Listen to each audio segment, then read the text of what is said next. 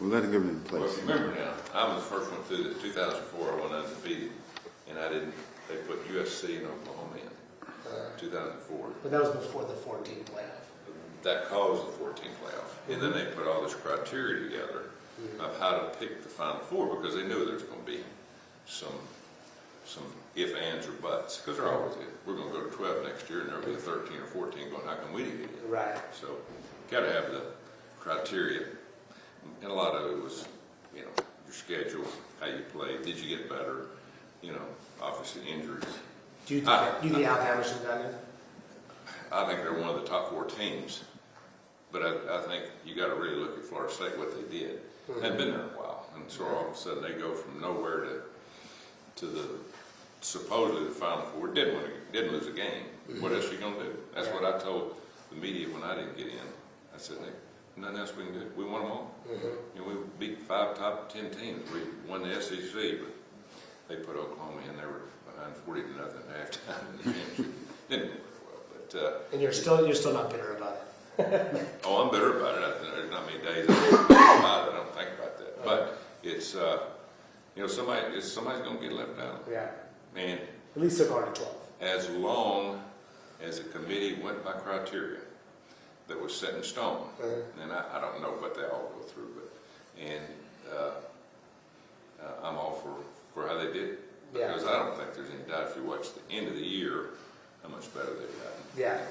It's just a terrible system. It always has been for so many years. Yeah, and if Florida State they don't lose their quarterback, they're in. Yeah. Yeah, and they just looked at the perspective, hey, we can't have another TCU last year just got hammered. You know, I forget who it was. I guess it was Georgia. Yeah.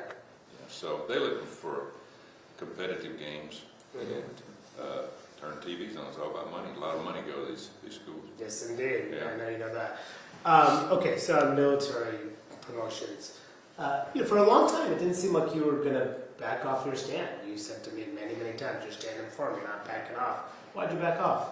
Well, because, first of all, I'm an American. I believe in the country.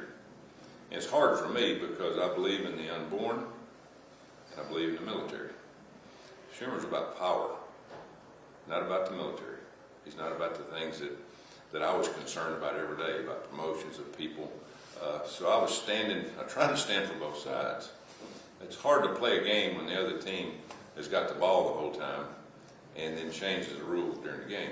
I was counting on the NDAA. I knew that they had the language in the House and still got it in there, but I don't think it'll make it. And then Senator Schumer last week changed where the rules of us getting together as a conference, voting on what's going to be in the NDAA.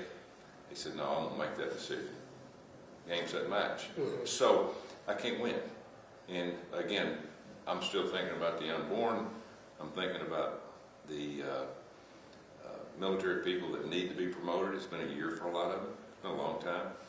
And if we go into next year, then they get kicked back and it starts over again. So live in a dangerous world. And so I'm trying to juggle bowling balls here, trying to make it all work. And finally I said, hey, you know, we got to promote these people, get it on. It's just unfortunate this administration, they don't see it the way I see it. But you had said for Bob that you didn't think this had any impact on military readiness. So if it didn't have any impact on military readiness, why not continue the holds? It wasn't as much about readiness as about people. You know, I deal with people, used to deal with people all the time about being fair with them. You know, they worked hard to get where they're at. I all along, and I've told you this, I hated doing this. People that had nothing to do with it, and they didn't. They didn't have anything to do with this. But it's the only thing that I had to be able to get the attention of the Democrats of where we're at with this abortion policy. And again, we had one. It was working, and it was proven, and there was no complaints, and they just did it just to be doing it and force it down the taxpayers' throats, and it's not right. So we look around and go, hey, the only thing we can do is that we think that they really care about is the military, and we think they will listen to us. We're wrong. They could care less about the military. They could care less about promotions. They could care less about readiness. So it's a two-way street. Here I'm every day trying to trying to figure out a way to make this work for both sides, keep a strong military, get people, keep people motivated, and also stand up for the Constitution and executive overreach of the new abortion policy. So, 11 months is, I think we proved a point. It's not, we didn't lose, the American people lost here.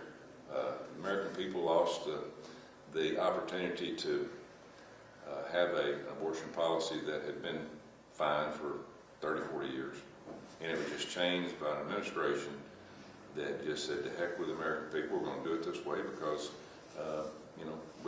we can do an executive order and step on people and keep going. So after 11 months, you place this hold, the abortion policy still stays here. So what did you get out of this? Well, I think we exposed people of what they're about. Again, I'm 120% for the military, but I also ran in Alabama on pro-life. I was going to stand for pro-life, and I did.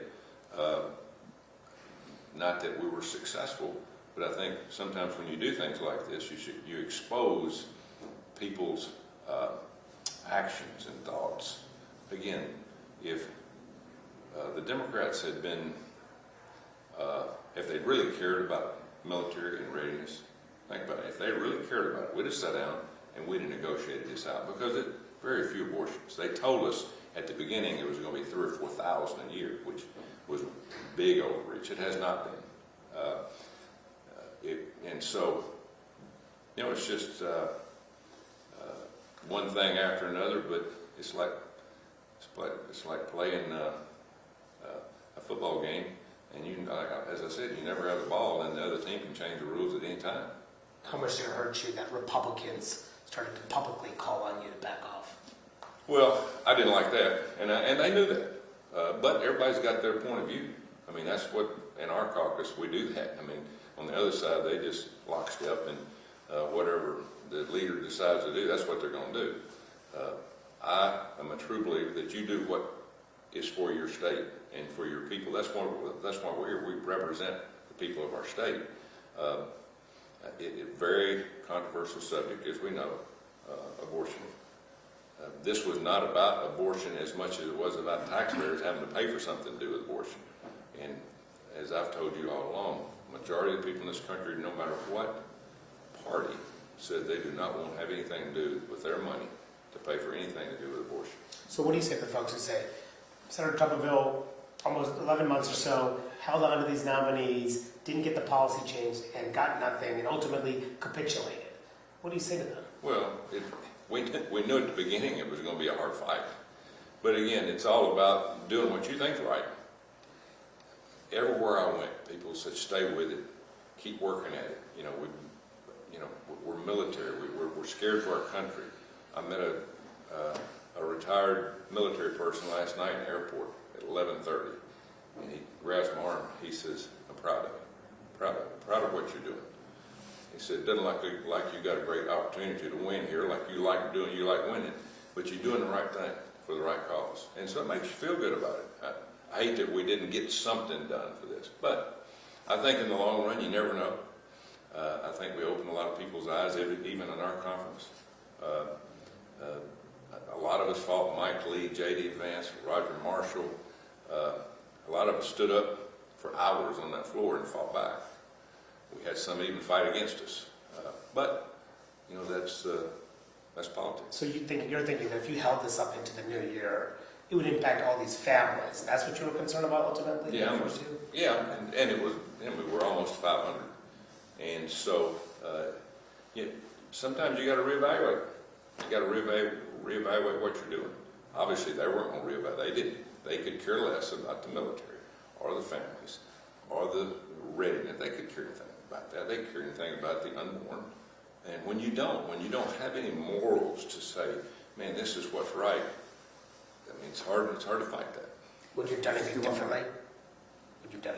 No, I think we did it. I probably, early, probably should have gotten with all my colleagues and built a better force, because our group now, even on every issue, we're going to have some that's going go one way and some the other, which is fine, because that's what you do. You speak for your constituents and America. And I probably didn't get enough people up front to really understand what we're doing, why we're doing, how we're doing it. But again, it's my state is different than Iowa. My state's different than California, and so I'm sticking up for the people in my state. So no regrets other than that? Oh no regrets. And we still have the 4 stars that we're holding. Everybody asks, well, why 4 stars? Because they're the leaders of our military, and they're the ones that have to be held accountable. They should be voted on one at a time. You don't have a lot of them. You know what? We have more now than we've ever had. I think we have 44. We only had 7 in World War II, but they need to be vetted, and because they're the head coach of what we do. You know, whether it's Navy or Air Force, and they're the ones that makes the decision for the future. Because we're struggling. We're struggling recruiting. We're struggling in a lot of areas in our military, and we've got to get our military back the way it should be. Because as me and you've talked, we live in a dangerous world. Last question, I'll let you know. Did your stand here hurt national security? Oh no. I think it helped. I think people open their eyes a little bit. What's going on? Despite what the Pentagon said. Yeah, I care less what they say, because they have not helped. If they would have negotiated and sat down, well, I mean, we offered this, we offered that. You know, we were looking for a compromise. We were trying to work with the coach to get this done, because we really care about our military. We really care about people, families. 0. And so it goes to show you, if you're not even willing to sit down and listen to my side, and then listen to their side, and see if there's a common ground of one little thing that would make it better and comparable to the American people, I think you'd have a better opportunity to sell this. But hey, they wanted nothing to do with compromise. It's either their way or the highway, and that's not how this country works. All right, let you know, Coach. All right, Thanks for your time. Appreciate it. Appreciate it.